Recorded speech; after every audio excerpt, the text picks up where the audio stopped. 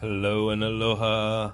Today we're unboxing the Fire Cube TV Gen number 3. I got a couple of these already in the house, but I needed another one for the office so I could get some stereo with some echo dots. And I like that these new ones have the HDMI input, which you can then use the audio on the echo dot to have nice stereo if you got one of those kind of cheaper TVs without the best audio. So here we go.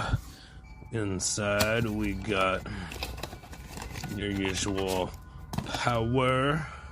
This one's a 15-watt bad boy. What else we got in here? We got some instructions. Hello, with some other stuff on how to set it up. And then we got the cube.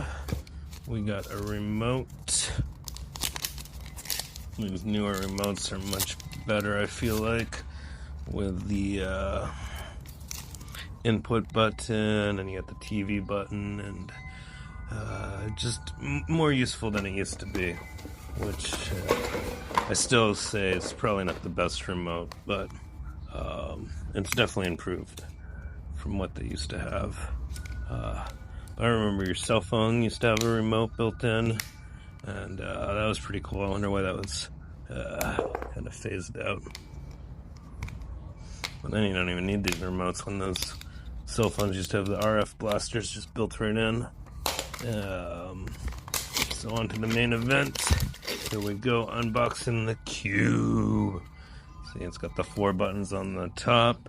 You can see the mic's pretty good. On the back, you got a USB, you got Ethernet port, you got power. If you have the RI extender, they got an adapter for that, and then the HDMI in and HDMI out. So I'm gonna hook my Xbox up to this one so I can get that nice stereo sound when I'm driving around Forza or playing a platform game or whatever I'm doing on the Xbox. Okay, hope you're all having a great day. Aloha. Shoots!